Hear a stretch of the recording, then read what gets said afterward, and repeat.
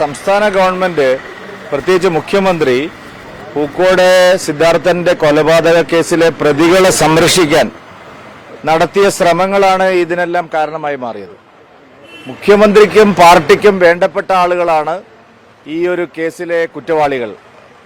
ദിവസങ്ങളോളം തടഞ്ഞുവെച്ച് ക്രൂരമായ രീതിയിൽ റാഗ് ചെയ്ത് മാരകമായി ആക്രമിച്ച് പരിക്കേൽപ്പിച്ച് കൊലപ്പെടുത്തുകയായിരുന്നു. ആ കൊലപാതകം മറച്ചുവെക്കാൻ അവിടെയുള്ള വിദ്യാർത്ഥികളെയും സ്റ്റാഫിനെയും മുഴുവൻ തലശ്ശേരിയിലേക്കും മറ്റ് പല സ്ഥലങ്ങളിലേക്കും വിനോദയാത്രയ്ക്ക് അയച്ച് അതൊരു കൊലപാതകമാണെന്നും അത് പുറത്തു വരാതിരിക്കാനുള്ള എല്ലാ ഗൂഢാലോചനയും അവിടുത്തെ അധ്യാപകരും വിദ്യാർത്ഥി നേതാക്കളും ചേർന്ന് നടത്തി.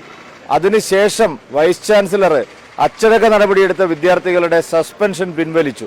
എന്നിട്ട് കുറ്റവാളികളെ സംരക്ഷിക്കാനുള്ള സമീപനം സ്വീകരിച്ചു. ഇതെല്ലാം CPM നടത്തുന്നതാണ്.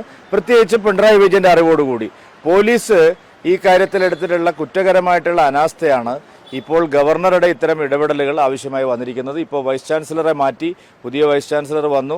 ശക്തമായിട്ടുള്ള ഒരു അന്വേഷണ കമ്മീഷനെ വെച്ചു. നീതി ലഭിക്കുന്നത് വരെ കേന്ദ്രത്തിൻ്റെ ഭാഗത്തു നിന്നും ഗവർണറുടെ ഭാഗത്തു നിന്നും ഈ കാര്യത്തിൽ ശക്തമായിട്ടുള്ള നടപടികളുണ്ടാവും. സിദ്ധാർത്ഥന്റെ കൊലയാളികളെ മുഴുവൻ നിയമത്തിന് അകത്ത് കൊണ്ടുവരാതെ ഒരു തരത്തിലുള്ള വിശ്രമവുമില്ല എന്നുള്ള സമീപനമാണ്. അതെ, അത് CBI അന്വേഷണം പ്രഖ്യാപിച്ചത് തെരഞ്ഞെടുപ്പായതുകൊണ്ട് മാത്രമാണ്.